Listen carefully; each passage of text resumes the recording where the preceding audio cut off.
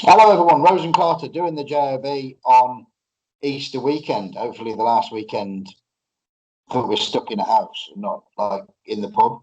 Bank holiday weekend at least. Fucking the next one's August, isn't it? So there'll be beer flowing and sun shining by then, I would have thought. Tag team day, and it was my pick of the Guerrero family. I didn't quite realise there was as many of them to choose from as there was. So I Wikipedia'd it. I only thought it was like, Dad Brothers and Chavo Jr. But then, you've got the mom and the daughter and fucking all sorts of add-ons. You're a fan of Eddie's, aren't you? You are, sorry? You're a fan of Eddie's. I'm a fan of Eddie's, you say? I don't mind Eddie, yeah. Eddie and Chavo, I was even quite a bit of a Chavo fan as well. I wouldn't say Eddie's like one of my all-time favorites, but I certainly enjoy watching him work. I thought he was a fucking hell of a talent, so talented. So yeah. For me, that one, like the one that I enjoyed most is Hector. I think he was fucking hell of a talent. Like I first saw him in Smoky Mountain TV. I probably saw bits of him before on other little bits and bobs, but didn't really take it in when I was younger. But then he was on Smoky Mountain TV and just fucking so good. Like the stuff that he was doing, it was totally different for the stuff, at that time period. It was before its time. It's crazy because before I watched these, I don't really recall watching Hector or even Chavo, the older one, and or any of them really, apart from Eddie and Chavo. They're really I can't tell you any matches the other ones have been in. So it was all new to me, really. These matches. So quick look at the family tree, right? Gore is the dad, born 41, died in 1990. Sorry, 21. Born 21, died in 1990. He had 6 kids, 2 girls and 4 boys, and all 4 boys would be wrestlers. The oldest son was Chavo Sr, who was Chavo Classic in WWE more recently. He was born in 1949, died in 2017. He started wrestling in 1974, right the way through to 2004. Chavo Sr.'s son, Chavo Jr., born in 1970 and debuted in 94. The second brother's Mando, which is probably the one I know least about. Mondo. Yeah. Received least out of all of them. He was the second of the brothers. 1950 he was born, debuted in 71. Mainly wrestled in California and the AWA. I watched one of his purely for the fact that I've not seen him really a great deal before. The third brother is Hector, born in 1954, debuted in 77. He wrestled as Lasertron in a mask as well, and was the gobbledygooker, of course. And the fourth brother is Eddie, who is 13 years younger than the last one. Born in 1967, died in 2005. That's a fucking long time ago now, isn't it? I remember exactly where I was when Mad Dog, myself, and Cade Callis, a lad that we used to hang around with, were in an all-you-can-eat Chinese buffet. And Mad Dog's girlfriend at the time rang us and said that Eddie had died. Unexpected, wasn't it? But we were in the Chinese. It's strange what you remember, isn't it? Yeah, I remember as well, that day. My dad just rang me because my dad never heard of Eddie Guerrero. He didn't really watch wrestling at that point, and just asked me who Eddie Guerrero was. I told him, and he told me then just on a phone call. Crazy. Yeah, just such a long time ago now. It still seems like yesterday.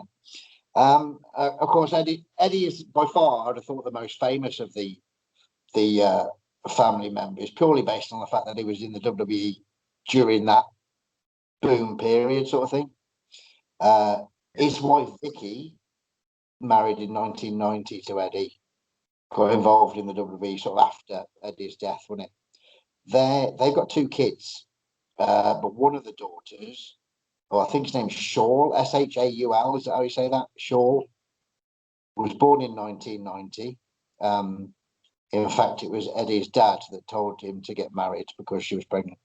Debuted in 2010 and wrestles as Raquel Diaz, and she married Aiden English in 2016. So, 9 people to choose from technically out of the Guerrero family. What year was your first, mate? My first one was way back 1976. Oh, yours is fucking 2 years before mine. Go on. Take us back.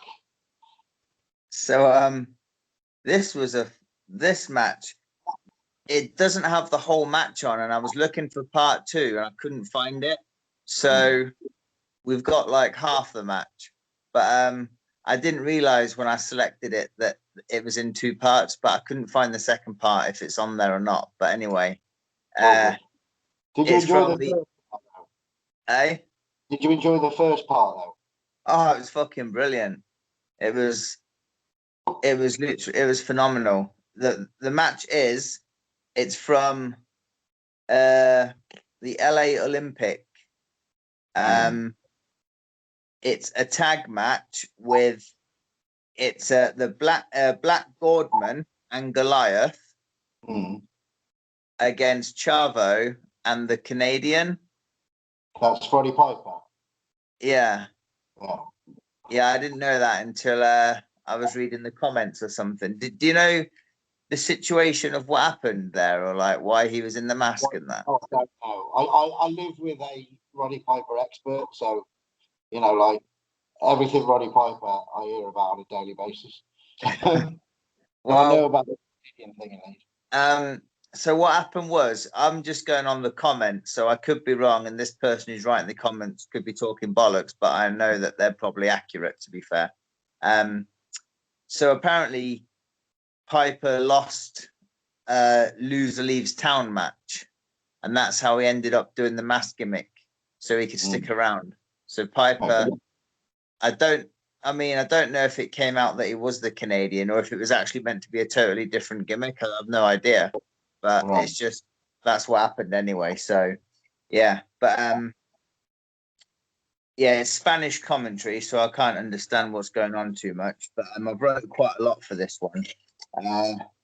But yeah, but right, so yeah, so Chavo starts with Gordman. The only reason I know is Gordman is because the other one looks like a Goliath, so I'm going with the other one is Goliath. They're a regular team, Goliath and Gordman. Eh? They were a regular team in California, Goliath and Gordman were. Oh, were they? Well, there we go. So Chavo starts with Gordman. Yeah, it's a proper scrappy affair. So fucking Chavo starts with him. He hits the ropes and gives him a couple of tackles. Boom. Gordman ain't going anywhere. Gives him another one, but he sidesteps it, and fucking Chavo just like hits the fucking ropes like front ways.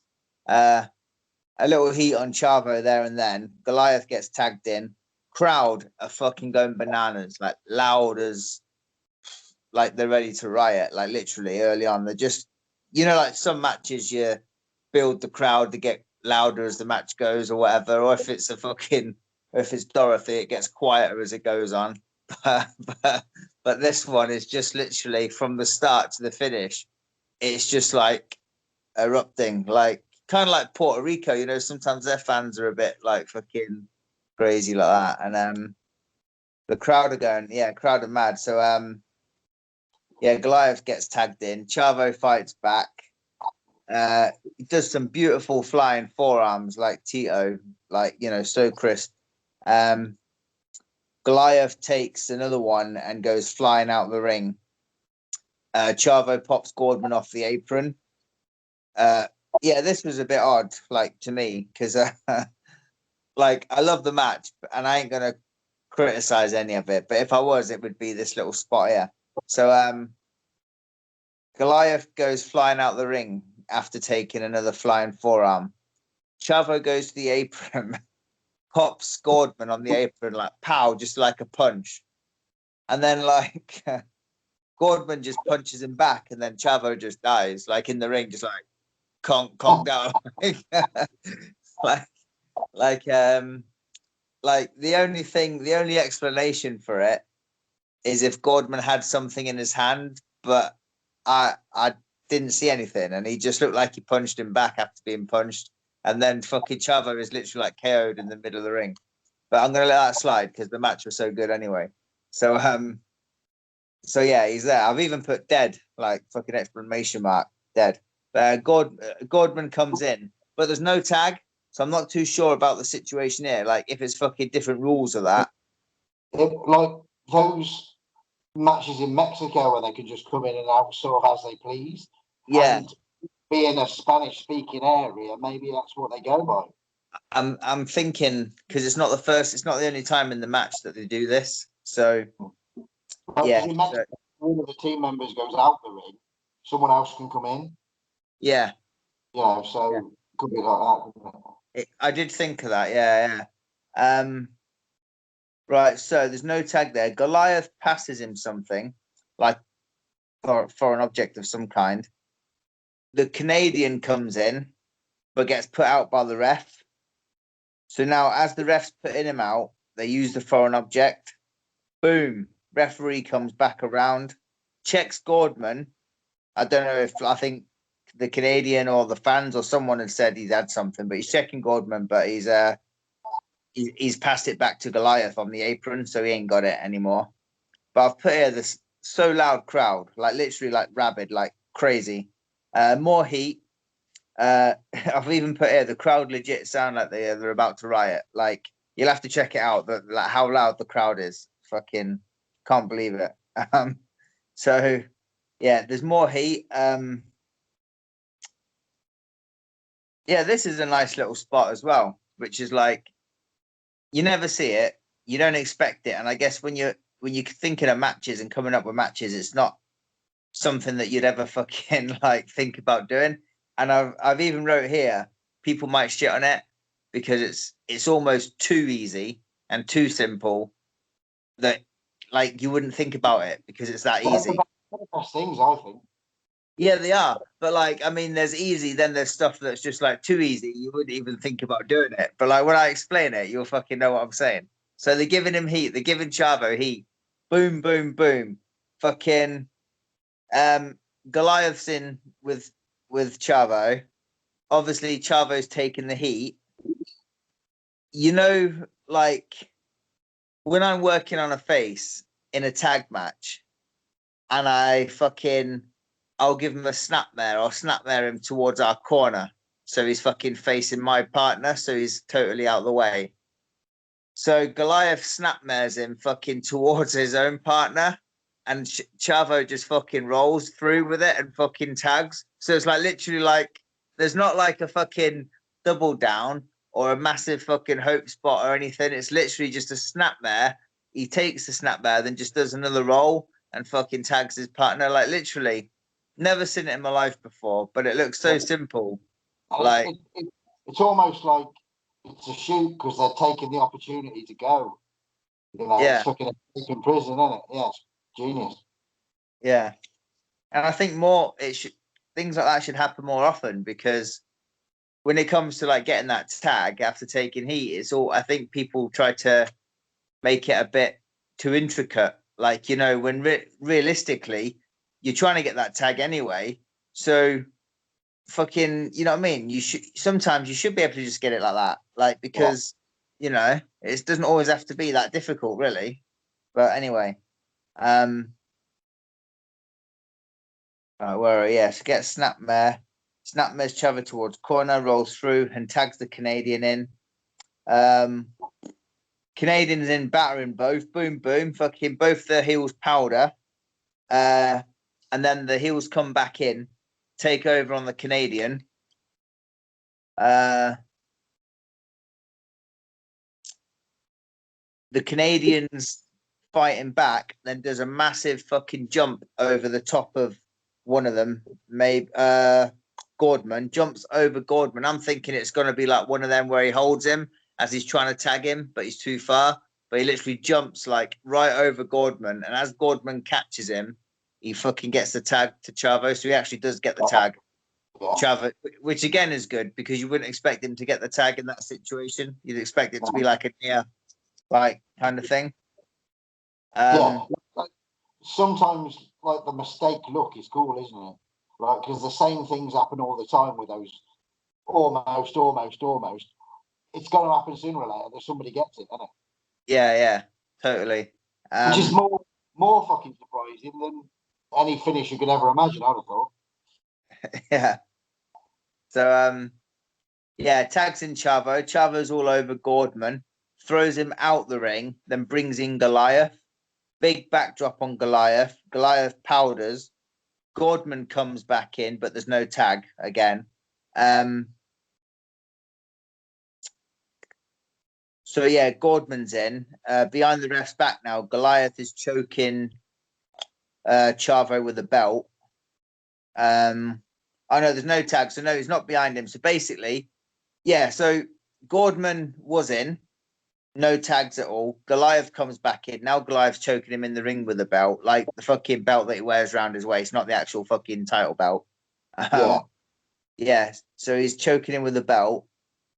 The referee's there just trying to fucking get some order and happening.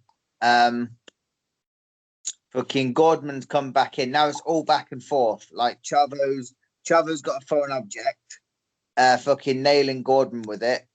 Chavo jumps Chavo jumps out the ring and grabs a fucking stick from somewhere. he's got so he comes in the ring with a stick. I don't know if it's a fucking, I don't know what it is, some sort of cane or whatever. Starts beating Gordman with it. Fucking knocks Goliath off the apron with it. Boom. I've put DQs like question mark because there ain't no DQs, even though weapons are fucking being used now. Shit's getting real. The ref takes the stick off him. Hang on. Oh yeah, then so the end of it is the referee takes the stick off of him, and then all four men are just in. It's a big schmoz. It looks like it's going to be a DQ of some kind, but it's not. The referee just takes the stick, and literally that's where the fucking video cuts out. And I'm like, what the fuck? Like, I remember looking, there's like 30 seconds left. I'm like, it needs to hurry up.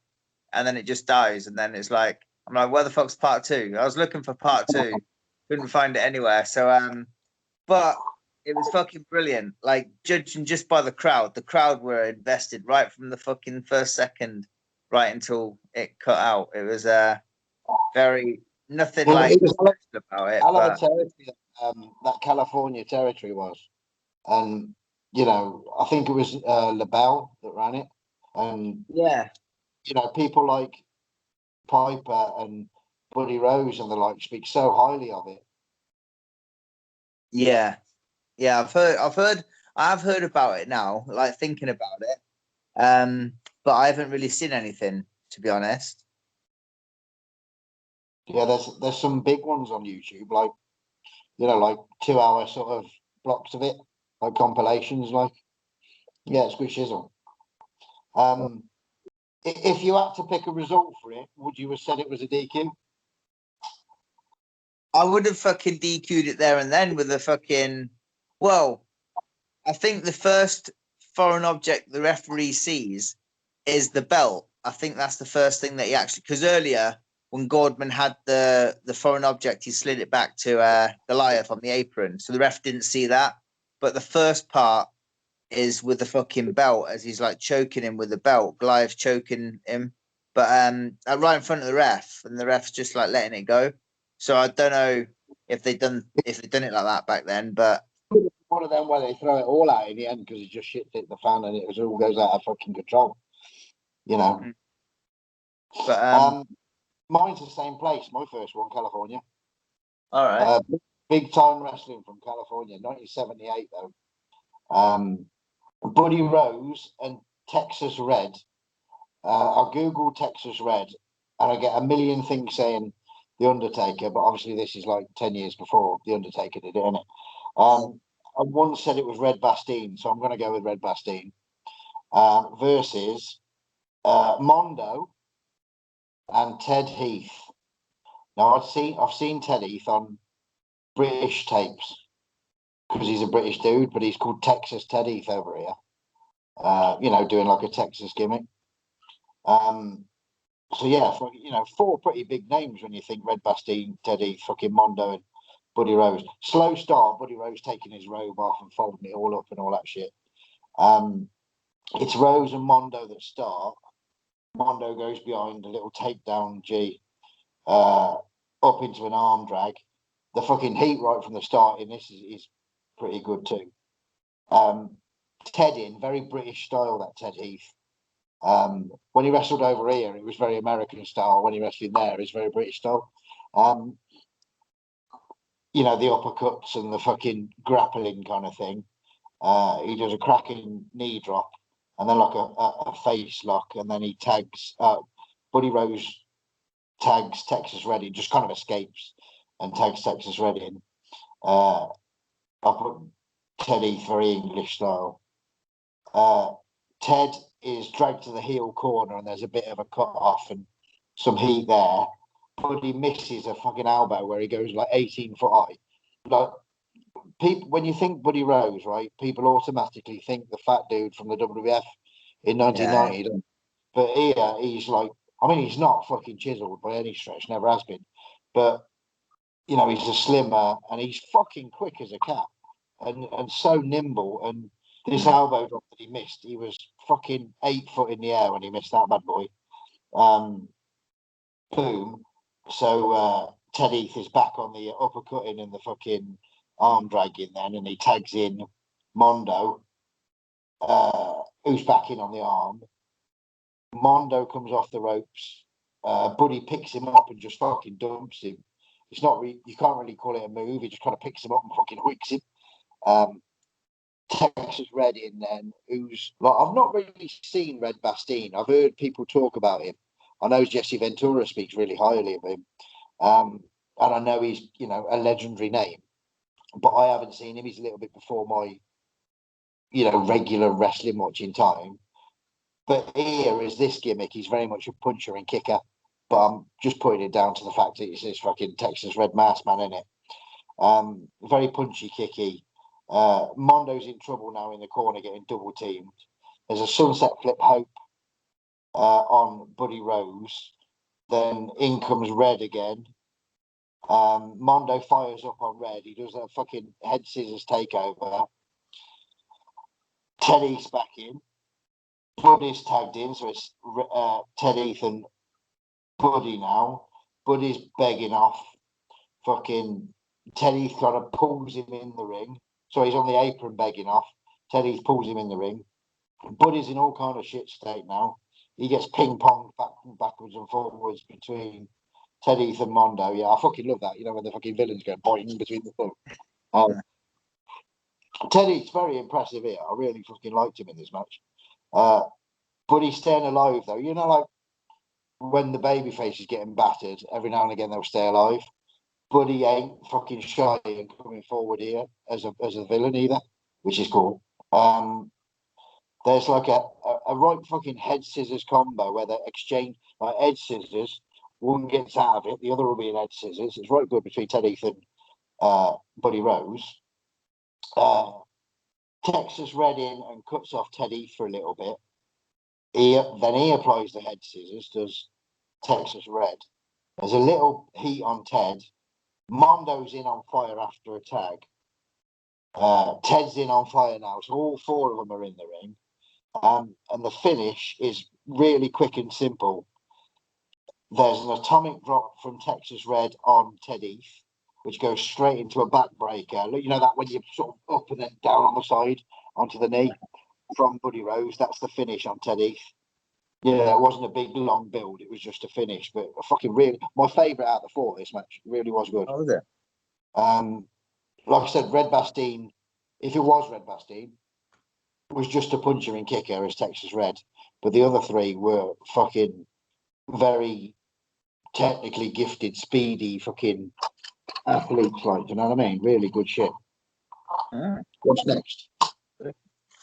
Right, my next one is from December 13th, 88, AWA. It's from the Super Clash 3 thingy that they did.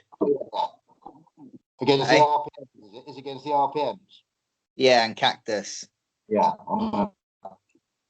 Yeah, so it's Chavo, Mando, and Hector. The first three matches I've done, I enjoyed them all, but because I just watched them last night, or I watched the first one a couple of nights ago, watched the others, so I can't really remember like too much about them until I'm fucking going over them, like Right, so hang on.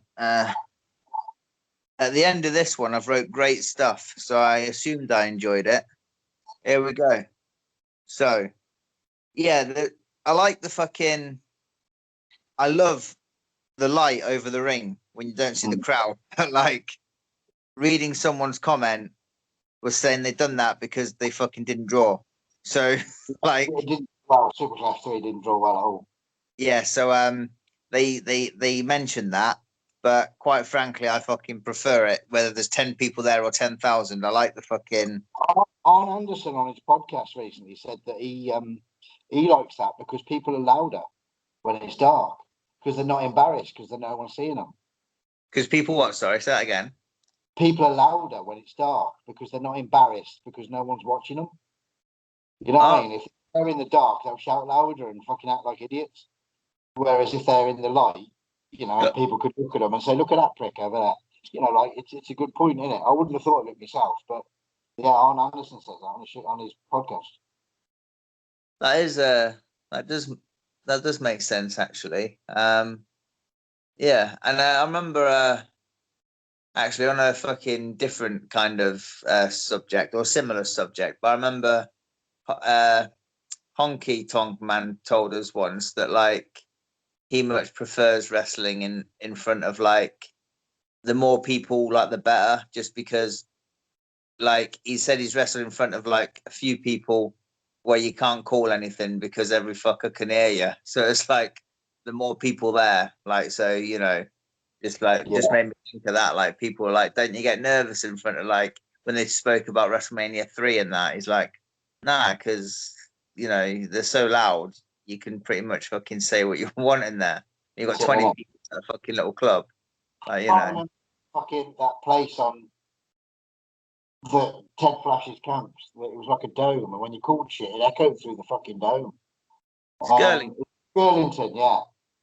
Like you're in the ring and you speak, and it echoes. Fucking, you know. Yeah, because it's got quite a low, like where the lights are, just above you. Yeah. Yeah, you used to get changed upstairs up some little fucking wooden staircase, like. Yeah, it was Skipsy, weren't it? Like Skirlington. Yeah, because that was. Yeah, because that was. I always said for a long time when I was doing like them shows, that was one of my favorite venues. Like, because my very first time there was Rammed, and like the crowd, you're hitting the ropes and you can feel like the crowd like touching your legs. Like that's how like packed it was. It was fucking. I had a lot of good memories from that place. To be fair, a lot of fucking bad ones as well. But you know, so, I've got a couple of, but I think they're illegal, so I better not. Right. So yeah. So Hector starts by shining on both the RPMs. Cactus gets tagged in, then Mando gets tagged in. Mando does some roll up pin from behind on Cactus, but Cactus is in the ropes, so breaks it. Cactus takes over, throws Mando out the ring, follows him out the ring, but Mando takes over and climbs back in, waiting for Cactus. Mando takes Cactus down by his legs, tags Hector in. Hector does like a massive fucking splash on the leg, tags Chavo in. Then fucking Mondo's tagged in, and they're working the leg of Cactus at this point. Where are we now? Yeah, they do like the wishbone on Cactus, who fucking rolls and makes the tag. I've wrote a great spot here. Let's see if I can remember it. Oh yeah, so they do like I think the RPMs whip Chavo off. They go for the double line. Chavo ducks it, comes back with like a crossbody on the pair of them. So as he does the crossbody, they both go down. 1, 2, they throw him off. But then one of the other Guerreros comes in, jumps on them. Boom. Obviously, he's not legal. So once he's splashed the pair of them, they kick him off. Then the other one runs in, gives them both a splash. Boom. And they kick him off. Like, pretty cool little, nice little sequence there, to be fair. Cactus and Chavo back in. Tie up. They get to the corner. Cactus hits some cheap shots. Snapmare, then an elbow drop. Takes him to the corner, giving him heat. Quick tags on Chavo, just beating the shit out of him, really. And again, what we were saying earlier about just a tag coming out of nowhere without fucking a massive intricate spot. Like, he's just trying to, I think it might be Cactus in there, but he's trying to just grab Chavo, and Chavo just does a couple of rolls like under him as he goes to grab him. And he just rolls towards his corner and gets the fucking tag even after taking some heat. So, you know, it doesn't always have to be that fucking half dead crawling on the floor to get the tag thing, you know. Makes it a bit different. And a couple of rolls, he's there, boom. Gets the tag to Hector. Hector comes in, drop kicks all of them. Then all 6 men are in.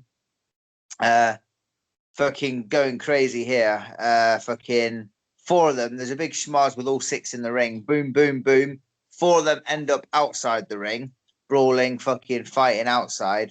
And then I literally seen the most beautiful moonsault I think I've ever seen in my life by Chavo. It's not one like as his opponent's on the floor. He's standing up. So he does the moonsault and like he goes down with it. And Chavo, obviously like being Mexican and all that lot, he's still not a small guy. Like he's still pretty stocky, and he's not really small at all, I wouldn't say. And he fucking flew through the air like, and back in what 88 this was, you didn't see that all the time, like, you know. And that was fucking that was beautiful. That was the finish. Does the moonsault, goes down with him. I think it was on one of the RPMs, or was it on Cactus? I can't remember, but it was fucking beautiful anyway. Yeah, it wasn't on Cactus, it was on one of the RPMs, I think. And just into a standing, boom, goes down with it. 1, 2, 3. Fucking great stuff though. Brilliant. I like that Super Clash 3 in general, to be fair. I think it's a great show. And on YouTube now is the lead up to it. Like matches that, like hour and a half or 2 hours of matches that lead up to Super Clash. So that's really cool. I've only seen that recently. My second one, NWA. This is from early part of '87. The Thunderfoots 1 and 2 versus Jimmy Valiant and Hector in the mask as Lasertron. Lasertron is the junior heavyweight champion. Hector's had the junior heavyweight championship twice, once as himself and once in the mask as Lasertron. Okay. Jimmy Valiant all dance into the ring. Headlock by Lasertron on Thunderfoots. They both look the fucking same. One of them's my friend Joel Deaton, and I should have looked into it, but I really can't remember who the other one was. But Joel Deaton's a fabulous man, an hell of a wrestler. Headlock by Lasertron on, and straight off out of nowhere, atomic drop by Thunderfoot. He tries a second atomic drop, but Lasertron goes over the top and drop kicks him. Boom, right good. Grabs the head and does that double-edged scissors takeover. You know, the other Thunderfoot comes in and grabs the feet round the other Thunderfoot. Over they go. Brilliant, love that. Both the Thunderfoots do a powder there, and out they go. Lasertron dives on both of them. Bosh, this is 87, before its time, right?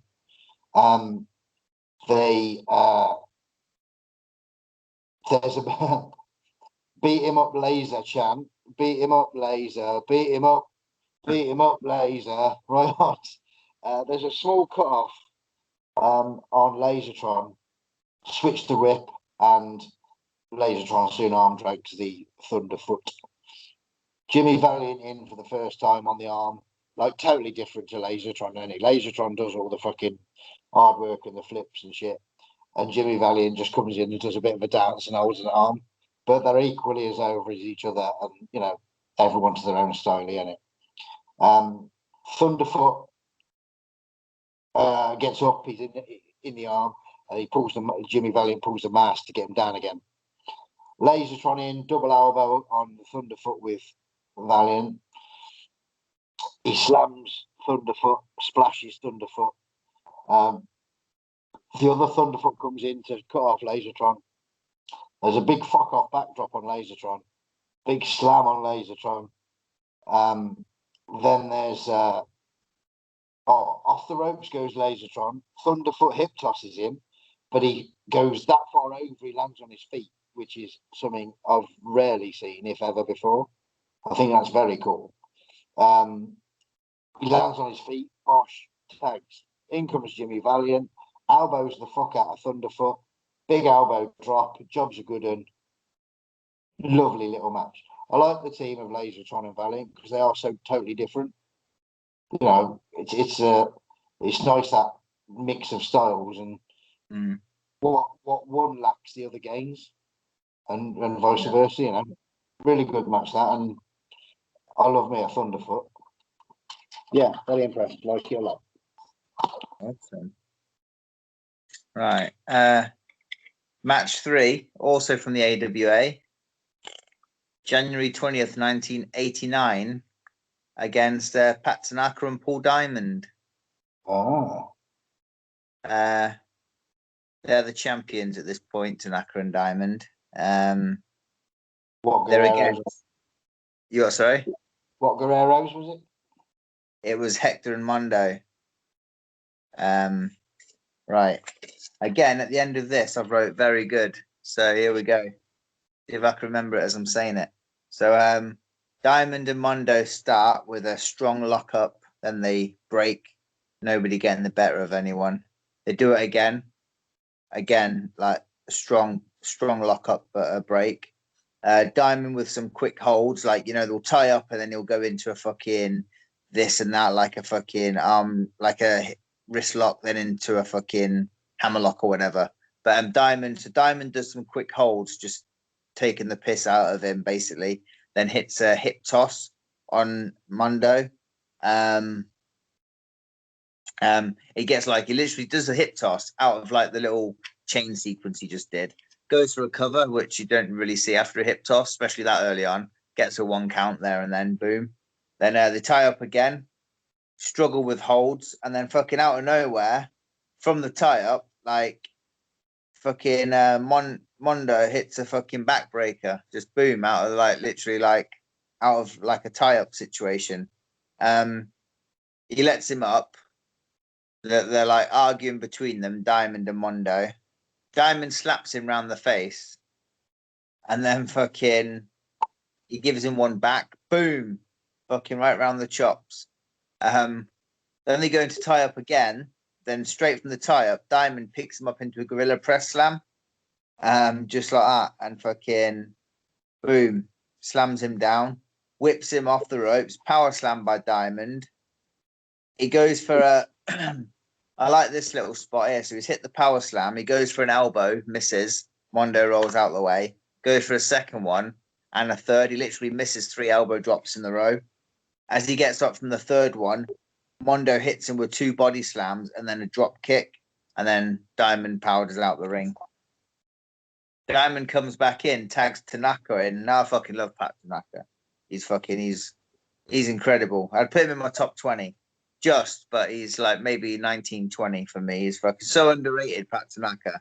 Like, he's literally like, I think a lot of people, you know, when people call someone underrated, it's like almost, I think in a way, I know it sounds a bit silly, but I think if someone is constantly called underrated, they almost become overrated because everyone is fucking, you know what I mean? Like, very true, yeah. Yeah, and it's like, they must be rated if everybody thinks they're underrated. Yeah, like, yeah, it's crazy. Like, you hear it about certain wrestlers. Like, I often hear like Owen Hart, and like I love Owen more than anything. He was amazing. But I think now everyone realizes just how good he was. I think people often use the word underrated for people that weren't in that main event status. Yeah. Which is the wrong word. Maybe underutilized. Yeah, I don't think underrated is the right word to use. Like, people use it for Bobby Eaton and Brad Armstrong and that. They're not underrated. Nobody has never not rated then, Yeah. but it's not been utilised in that World Championship division. You know, so underrated and underutilised are used in the wrong context. Yeah, definitely. Yeah, I agree. But yeah, Pat Tanaka, I thought was fucking. He is underrated because no fucker mentions him. So he's legitimately, I would say, is underrated because you know I never hear anyone talk about how good he was. Like you know, but anyway, so Tanaka gets tagged in. Hector gets tagged in. Little shine by Hector. Misses. Hector goes to jump. You know the springboard crossbody out the corner. So you jump onto the middle rope. I'm not quite sure what happened here because he does it. Tanaka kind of moves, but I'm not sure if he caught him. But Tanaka is up first, so I'm assuming Tanaka did move, but it looked like he caught him as well at the same time. But I really don't know. I think the commentators said that he missed, but anyway, Tanaka was up first, so I assume he didn't like connect. But anyway, yeah. So Tanaka in control. Then Tanaka goes for the tag, but heck, yeah, quite like this actually. Fucking so Tanaka. Yeah, Tanaka's I think it's actually Tanaka's in control. You know, like usually if the faces are working on a heel, they've got him on the wrist, you know, they're doing the ins and outs. So they've got the heel and they're doing the fucking ins and outs. And sometimes, for example, a face has got the heel by the wrist. The heel's trying to tag, isn't he? Like to tag the other heel, and the face will pull him back by the wrist. This is kind of like an opposite situation where it's actually Tanaka in control. So Tanaka's got the wrist. Tanaka's gonna fucking tag Diamond, but Hector actually pulls Tanaka back. You know what I mean? Like, and he's the one taking the fucking like the heat. So it's like kind of like the totally opposite way around how you would do it. And then like they end up in control on Pat Tanaka, which was quite they're just giving him heat, just ins and outs, and it fucking switched it around on him, which I thought was pretty cool to be fair. Arm work now, and then Mando tagged in. I've wrote here, so Mondo's tagged in, he's on the head, he's working it. I've wrote beautiful spot, so something's fucking nice is about to happen. I just can't remember what at the minute. So so here we go. So beautiful spot where Mondo, hang on. Oh yeah, this was fucking right nice. This I remember it now. So Mondo's in, fucking working the head, like headlocks and shit. Mondo's really like working the head, and then like he shot off the ropes. So Mondo's got him in the head. Tanaka shoots him off. Tanaka goes down for a backdrop.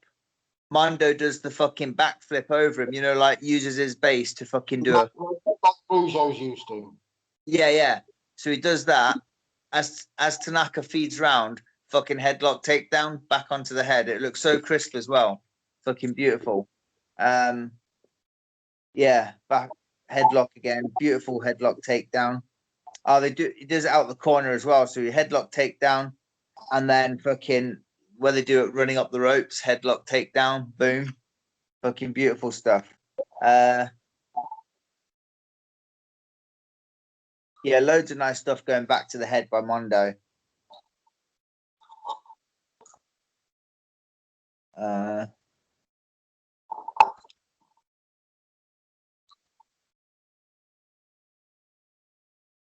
So there's a bit where all four are in now.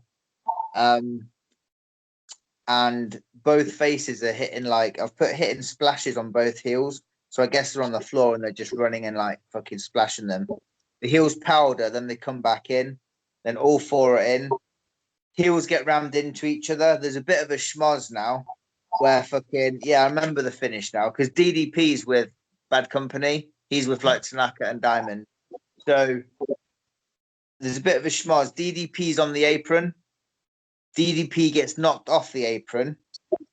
But as he got knocked off, he gave a foreign object to Tanaka. Tanaka's got the foreign object, goes to nail Diamond. Goes to nail fucking one of the Guerreros, but they duck. He nails Diamond with the foreign object. Boom. And then the referee comes down. this is quite a good finish, actually. So he nails Diamond accidentally with the knucks or whatever was in his hand. Boom. The referee turns around 1, 2, 3. Crowd are going absolutely fucking nuts because the Guerreros have like won the titles.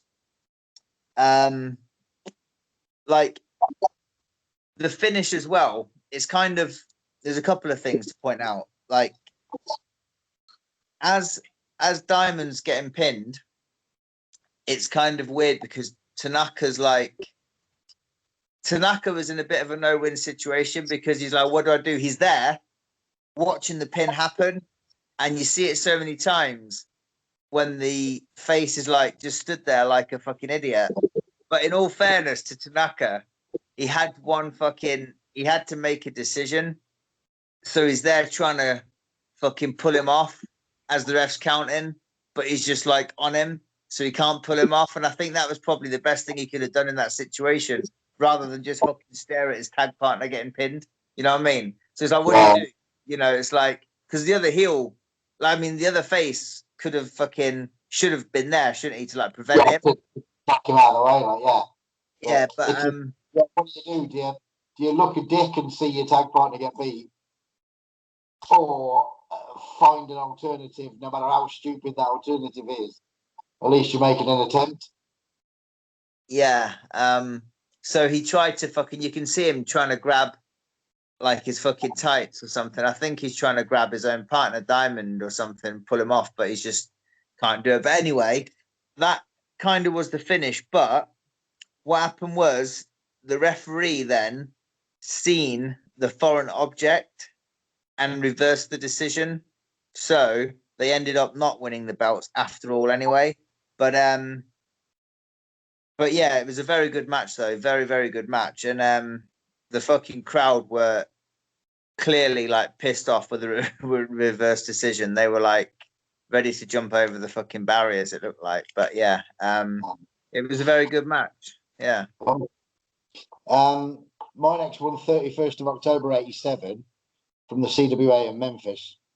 Hector Guerrero as a heel and Dr. Diablo versus Memphis Vice. Now, Dr. Diablo, I didn't have a clue who it was, so I Googled it, and I get loads of Al Diablos. Fucking Tommy Dreamer was one, and like 300 fucking Al Diablos.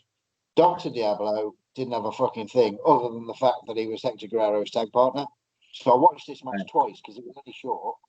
Because I recognised the body and I recognised the tights and everything.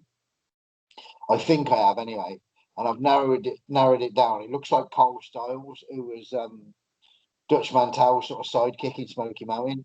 That's who I've put my money on it being. But fucking, I'm fucked if I could find anything on Google. But that's who I think it is anyhow.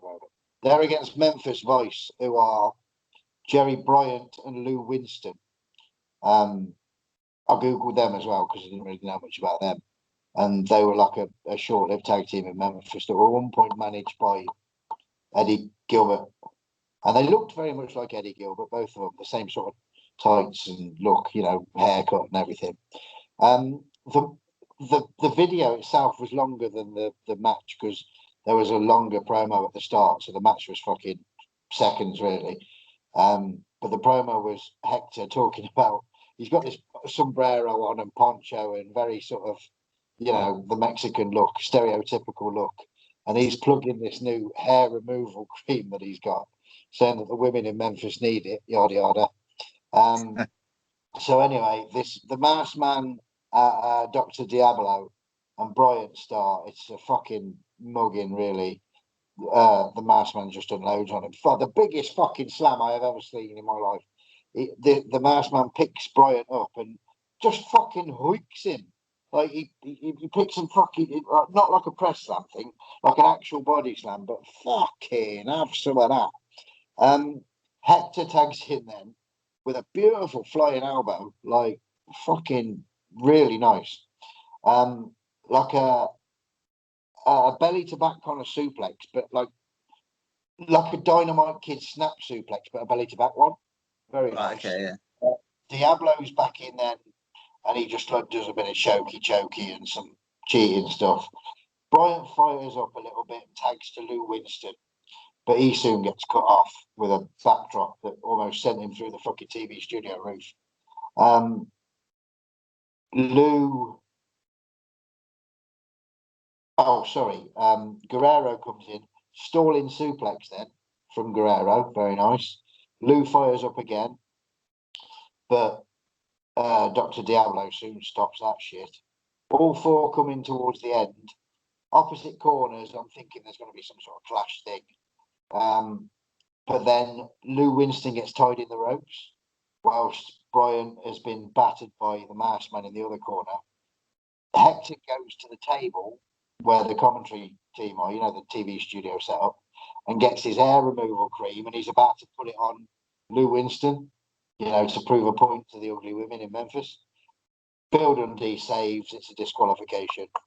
Not a lot to the match, really. It's just telling a story about fucking Hector thinking that the women are ugly, but can't fault any of them. That fucking Dr. Diablo, if it is Cole Styles, very much the same style as Cole Styles as well, but if it is him, but fucking what a strong bastard he was. That slam, fuck me, have some of that. Damn. Right, yeah, that was my third one. All right. My final one is many years later, and it's from SmackDown. I don't know what year though.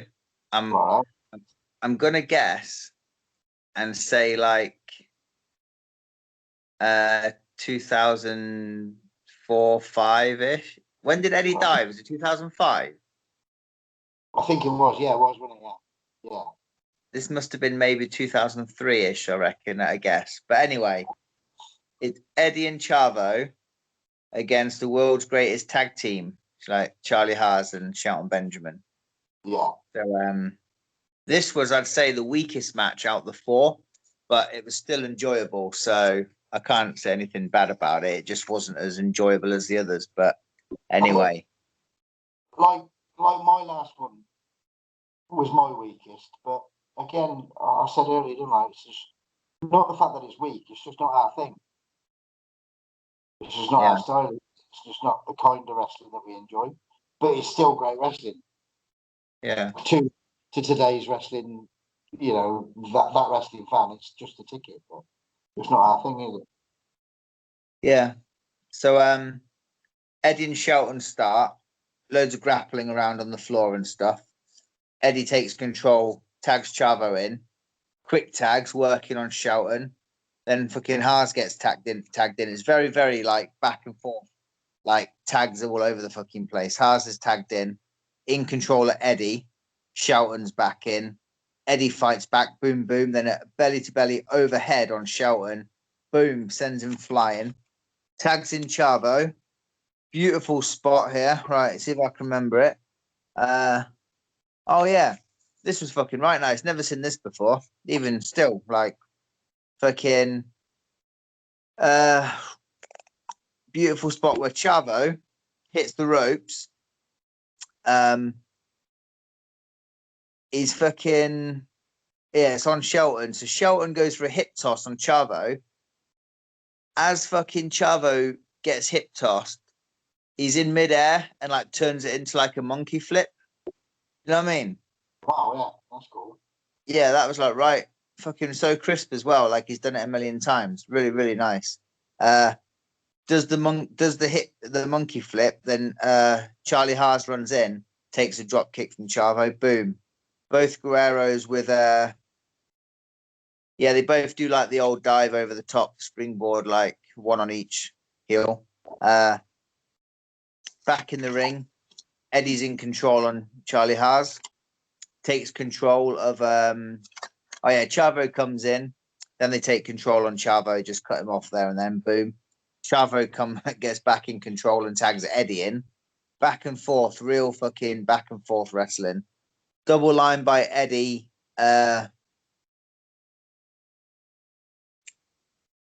Double line by Eddie and Shelton, so it's like a fucking double down now. Both get the tag. The referee's on Eddie, trying to get him out. Shelton is illegal. So Chavo and Haas are legal. I think something had happened for Eddie to come in. The referee's getting Eddie out. As referee's getting Eddie out, Shelton sneaks in and gives Chavo a super kick. Beautiful super kick. Boom. Should be it there and then. And then, oh yeah, so the super kick actually behind the ref's back was on Chavo, but it was actually on his arm. Like, so they start working the arm, which was quite good because I remember thinking, fucking hell, that was like stiff. But I was thinking it's quite low as well. But that was like the whole fucking plan, like to actually, aim for the arm. Because from that point on, they just worked the arm on Chavo. So yeah. Yeah, now heat on Chavo's arm. Quick tags on the arm. There is a false tag when Eddie comes in, but the ref don't see it, so just fucking gets him back out. Chavo thrown over. This was nice. So Chavo gets whipped off the ropes. Yeah, so they're going to do a double team, kind of like a 3D or whatever. They whip Chavo to the ropes. Shelton throws him over like his back, and Charlie Haas is behind Shelton. So I guess they're going to go for like some double team. But in the air, Chavo turns it into like a drop kick. Nails Haas. Yeah, so drop kicks Haas. Then dives over Shelton and gets the tag onto Eddie. Eddie comes in, taking out both guys. Boom, boom, boom. Hits the three amigos on, the three suplexes in a row. Charlie Haas breaks that up. Then a German by Haas gets a 2 count. It's all over the fucking place here trying to see what's going on. Eddie does that fucking arm bar, like jumping up the ropes, arm drag thing. So he's got him by the wrist. But as he does it on Shelton, as he goes over, he fucking wraps his legs around Charlie Haas. So he takes down one with the arm drag and one with the head scissors, Yeah. It did take him a bit of time to get up there, Eddie. I don't know what was going on, if he was hurt or something, but he didn't do the springy up the way he usually would. But it was went up a bit gingerly. But anyway, and then, yeah, does that. Then Haas, yeah, so we're leading towards the finish now. Charlie Haas grabs a chair. The referee's like, nah, you're not having that, mate. Referee's putting him out with a chair. Shelton grabs a chair. It might be the same. It could be the same chair. I don't know. But now Shelton's got the chair as the referee's putting Haas out. Eddie ducks. Eddie ducks Shelton's chair. Then Chavo takes. Yeah, then Chavo runs with it. Yeah, so Chavo runs, drop kicks Shelton. As Shelton's got the fucking chair by his legs, Chavo drop kicks the chair, goes right into the back of Shelton's legs. It looked pretty neat, to be fair. And then they do a double backdrop on Haas. I remember this fucking hell. Fucking they do a double backdrop on Haas, but he literally comes down right on his fucking bonds. Like they do the fucking, like not quite on the head, but like right on. He fucking ducked right at the last second, and he didn't take it on his back. It was like his neck. It wasn't like proper on his head. It was like, but it could have been bad, like really, really bad. And Haas was fucking fucked, like literally like fucked. It looked so bad. Suplex by Chavo, and then a frog splash by Eddie for the finish. It was literally like all action from start to finish. It sounds all right, to be fair. It sounds a lot better than I thought it would. I put it was okay, but I think I was just lost a bit because the match was changing directions literally like every fucking 30 seconds, which ain't a bad thing. It's just trying to keep up with what was going on. There wasn't really a lot of heat that much. It wasn't like a structured kind of match. It was literally like going in every fucking direction, which is all, it's a good, it's good. The issue I have with this last one. Like it was just move, move, move, no fucker sold a thing. Right. I mean, there was a big move, and then all of a sudden, the person that person had it done to is now up doing a big move to the next person. Right. You know what I Okay. mean? But, no, it also didn't sound bad. That sounds right. Yeah, it was all right. It just I enjoyed. I think I enjoyed the others more because of the fucking, for one, the crowd was like invested in like the story of it more than anything. And that last match as well, I should say, was for the tag titles, so they became new champs as well from that. But no, like the other matches, I think were more story based and more fucking like angle, like, you know, and the crowd were really invested into what was going on, kind of thing. I think that kind of swayed, you know. But Mm. there we go. It was all right though. My last one was from WCW Nitro. Didn't have a date or a year or nothing. Cruiserweight champion Chavo Guerrero and Animal from the Road Warriors. Odd All right. combination. Versus Rey Mysterio and Kidman. This would have been like 2000, I guess, ish. Right. I mean, Right. how fucking out of place is Animal in this? But apparently, when he came back to wrestling, he could only do tag matches, couldn't he? Because of his Lloyd's of London insurance claim. All Meant that right. he was seeing it. You know, it would be safer if he only did tags. Anyway, Chavo and Kidman start. Now, this is the thing. There were so many fucking. This match was like 4.5 minutes, right?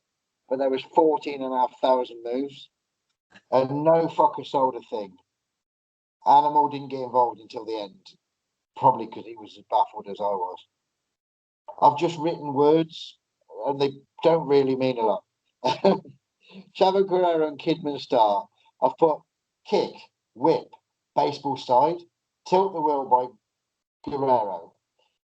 Kidman with 3 drop kicks, Ray in, double kick, double choke slam, springboard leg drop. Ray catches legs, face bump, Bronco Buster by Ray. Kidman into boot. Now I get that bit. I understand that one. Kidman into Guerrero's boot. Front posting. Out comes Chavo. Clothesline. Moonsault by Ray. Spin kick by Ray. Now Animal gets tagged in for the first time. Ray springboards him, but he gets caught and slammed. Then Kidman gets press slammed. Ray gets choke slammed. Both cut off Animal. They sort of double low kick him, so he front bumps. Yeah. And then there's like a double kick to the head on Animal. Now the finish, Kidman off the top, and he gets caught. Animal slams him. Ray off the top into a power slam, and Chavo pins him. It's just a lot of fucking move. Not a lot of match at all. Like 4 minutes was the whole thing, including the entrances. But fuck me, there was a lot of shit going on. French commentary, which just made it even worse because I'm not keen on them. Was Ray without the mask? Yeah. Yeah.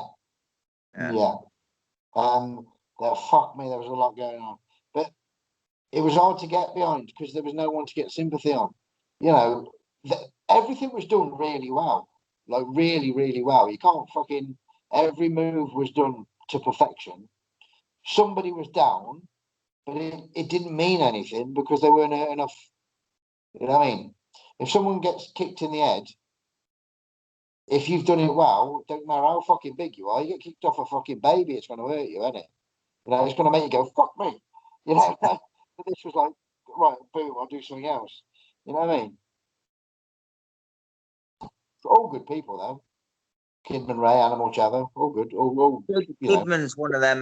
Kidman's one of them underrated guys as well. I always thought he was good. Like Kidman was a very talented wrestler. So that was the Guerreros. Good telly, I think. Good shit. Yeah, can't fault any of it. To be fair, And nice to see stuff I've never seen before. That California stuff, very entertaining. very. Monday, your pick was Crush, Brian Adams, wasn't it? There's quite a lot to choose from there. Portland in the start, I suppose. Crush and Demolition, Kona Crush. Jailbird Crush, Japanese Crush, Chronic Crush, NWO, Brian Adams. Yeah, so a fair old stretch there. Wednesday, AWF, that I sent you the link for, didn't I? The American Wrestling Federation. Your tag pick for next Friday. Wow. I'm going with one that I know we both love. Well, saying that, I don't think we've done them, but we've done that fucking many now. I think we're just going back to the fucking beginning. So I'm sure we've not done these, but I've watched a lot of their matches. So, but I'm sure I've not watched them for our podcast. If I have, I'll think of something else. But anyway, I'm going to go with two guys that have been around for a long time and wrestled in many different areas under different names. I'm going to go with the Bushwhackers. We haven't done them. Looking forward to that one. I've already got my pick for the week after, and I'm really fucking excited. And I was thinking if he picks, because what I've got for the week after opens up a lot of doors. And I thought if he picks a fucking team with this cunt in it, it's going to ruin everything. And you haven't, and that's really pleased me. Yeah, I like me some Bushwhackers, and I like me some sheep herders. So, you know, we're good to rock with. And they're like, as well, so fucking versatile when you look at the two different fucking what they've done, like as the Bushwhackers and then as the sheep herders or the Kiwis or whatever. Like just They excelled at every one of them. You know, and there's it hasn't just been Luke and Butch either. There was Jonathan Boyd and Rick Morgan and fucking Johnny Ace stepped in now and again, didn't he? And I think Jack Victory even maybe. But yeah, you know, it was good shit. Top team. Crush. yeah. AWF Bushwhackers is next week. See peeps on Monday.